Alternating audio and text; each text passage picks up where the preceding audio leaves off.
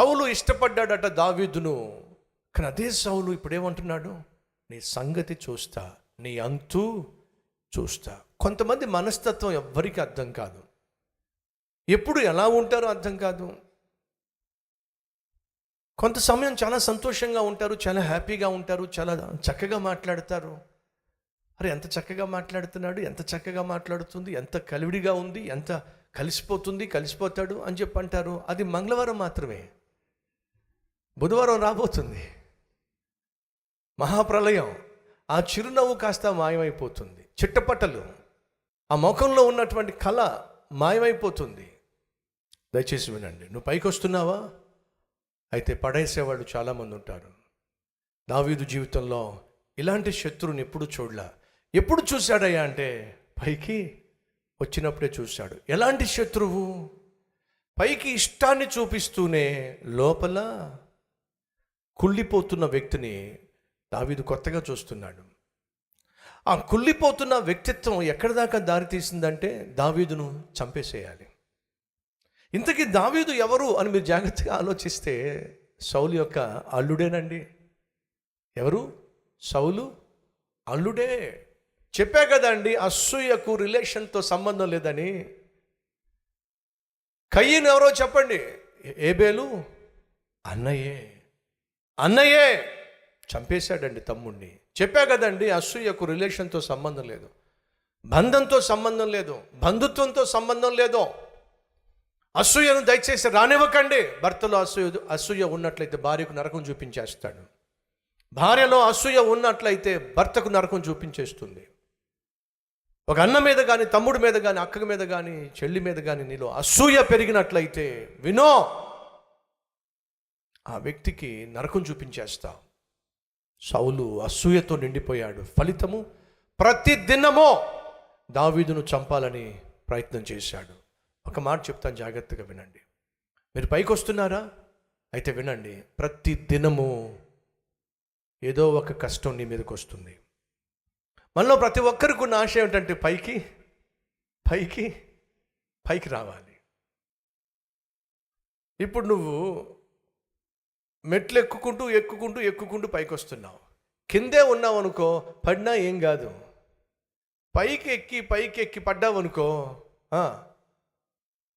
Address ఉండదు. అర్థమైందండి? మనం చాలా సందర్భాల్లో పైకి రావాలని ఆశపడతాం, కానీ పైకి వచ్చేటప్పుడు ఉన్న తిప్పల గురించి ఆలోచించాం. అంటే మిమ్మల్ని ఎవరిని కూడా పైకి రావద్దని చెప్పట్లేదు, కానీ పైకి వస్తున్నారా, వీళ్ళు కావాలి, వాళ్ళు పోవాలి. ఎవరు దూరంగా ఉండాలి, ఎవరు మనకు దగ్గరగా చేరాలి, ఈ విలువైనటువంటి విషయాలు మీతో పంచుకుంటున్నాను కదా, వినండి. దావీదు పైకి వస్తున్నప్పుడు ప్రతిదినం కష్టాలు పాలయ్యాడు. ఎందుకంటే నువ్వు పైకి వస్తున్నప్పుడు విను సహోదరి సహోదరులు, సైతాను మౌనంగా ఉండలేడు. ప్రతిదినమో ఏదో విధంగా నిన్ను పడేయడానికి సైతాను ప్రయత్నం చేస్తాడు. పైకి వస్తున్న దావీదును ప్రతిదినమో సౌలు ఏం చేయాలని ప్రయత్నం చేశాడు? చంపేయాలే ప్రయత్నం చేశాడు. యథార్థవంతులను బలపరచుటకు యెహోవా కనుదృష్టి లోకమంతా సంచరిస్తూ ఉంది. నీతిమంతులను బలపరచాలి, నీతిమంతులను హెచ్చించాలి, నీతిమంతులు చేసే ప్రార్థన ఆలకించాలి దేవుడు ఆశపడుతున్నాడు. జీవమును ప్రేమించి మంచి దినములు చూడగోరువాడు ఎవడైనా ఉన్నాడా? కపటమైన మాటలు తన పెదవులకు రానివ్వకుండా అతడు తన నోటిని కాచుకొనవలెను. ఎందుకనగా దేవుని కళ్ళు నీతిమంతుల మీదను, ఆయన చెవులు వారి ప్రార్థనల వైపును త్రిప్పబడి ఉన్నవి. దేవుని కళ్ళు నీతిమంతుని మీద ఉన్నాయి, దేవుని చెవులు వారు చేసే ప్రార్థనల వైపు ఉన్నాయి. సహోదరి సహోదరులు, దేవుని కళ్ళు నీ మీద ఉండాలని ఆశపడుతున్నావా? అయితే నువ్వు నీతిగా జీవించాలి. నువ్వు చేసే ప్రతి ప్రార్థన దేవుడు ఆలకించాలని ఆశిస్తున్నావా? అయితే నువ్వు యథార్థంగా జీవించాలి. యోసేపుకున్నటువంటి బలము అతని పరిశుద్ధత. ఇప్పుడు దాడి జరుగుతుంది దేని మీద? ఆ పరిశుద్ధత మీదే దాడి జరుగుతుంది. ఎలా? ప్రతిరోజు దావీదును దేవుడు రాజుగా అభిషేకించాడు. తాను అభిషేకించబడిన రాజు, ఓ రోజు దేశాన్ని పరిపాలించాల్సినటువంటి రాజు దావీదు. దాడి జరుగుతుంది దేని మీద? అతడు కలిగి ఉన్న అధికారం మీద దాడి జరుగుతుంది. ప్రతిదినము పైకొచ్చే వాడి మీద దాడి జరుగుతుంది. మన జీవితాల్లో ఆటంకాలు వస్తాయి. సహోదరులు సహోదరులు, మీరు పైకి రావాలని ఆశపడుతున్నారా? జీవితంలో విజయం సాధించాలని ఆశపడుతున్నారా? ఉన్నత స్థితికి చేరాలని ఆశపడుతున్నారా? అయితే వినండి, మనం ఆ ప్రక్రియలో, ఆ ప్రయాణంలో, మన ప్రయత్నంలో పైకి వస్తున్నప్పుడు సైతాను మౌనంగా ఉండడు అని చెప్పి మిమ్మల్ని భయపెట్టేసి ఇక పైకి రాకుండా చేయాలనే ఉద్దేశం అది కాదు సుమా. యోసేపు పైకి వచ్చాడు. ఎలా వచ్చాడో తెలుసా? ప్రతిరోజు ఒక స్త్రీ తనను శోధిస్తున్నా కూడా లొంగకపోవడం వల్ల పైకి వచ్చాడు. దావీదు పైకి వచ్చాడు. ప్రతిరోజు కూడా సౌలు తనను చంపాలని ప్రయత్నం చేస్తున్నా దేవుడు మాత్రం దావీదును సౌలు చేతికి అప్పగించలేదు కాబట్టి పైకి వచ్చాడు. ఏదో విధంగా ఒక లోపాన్ని కనుక్కొని దానియేలును అణిచివేయాలి అని వాడు ప్రయత్నం చేసినా దానియేలు కలిగిన ప్రార్థనా జీవితాన్ని బట్టి వాళ్ళెవ్వరూ కూడా దానియేలుని ముట్టలేకపోయారు. సింహాలు కూడా దానియేలుని టచ్ చేయలేకపోయినాయి. నువ్వు దేవుణ్ణి కలిగి దేవుని సహాయంతో నువ్వు చేస్తున్న పనిలో విజయం సాధించి పైకి వస్తున్నప్పుడు శత్రువులు ఉంటారో, అణిచేసే ప్రయత్నం చేస్తారో, అన్యాయంగా నీ మీద నిందలు వేస్తారో.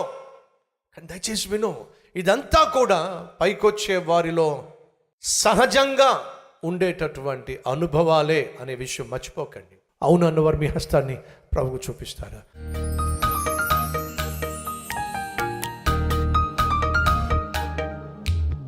మహాపరిశుద్ధుడు అయిన ప్రేమ కలిగిన తండ్రి, కష్టించి ఫలించినప్పుడు నువ్వు మమ్మల్ని ఫలభరితులుగా చేసినప్పుడు మాకు నువ్వు కిరీటముగా ఉంటావు.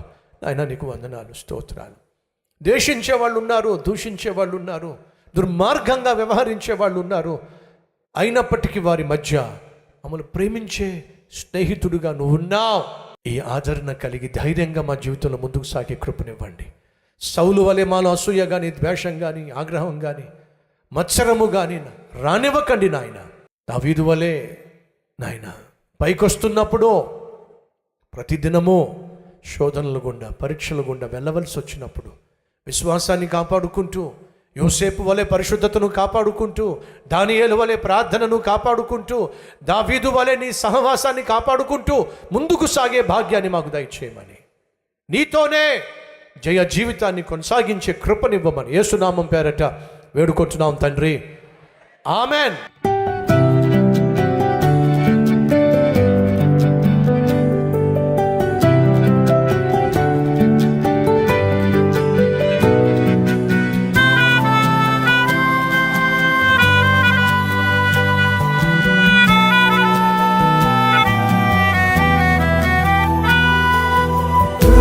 సందేశం మీకు ఆశీర్వాదకరంగా ఉంటే లైక్ చేయండి, అలాగే సబ్స్క్రైబ్ చేయండి.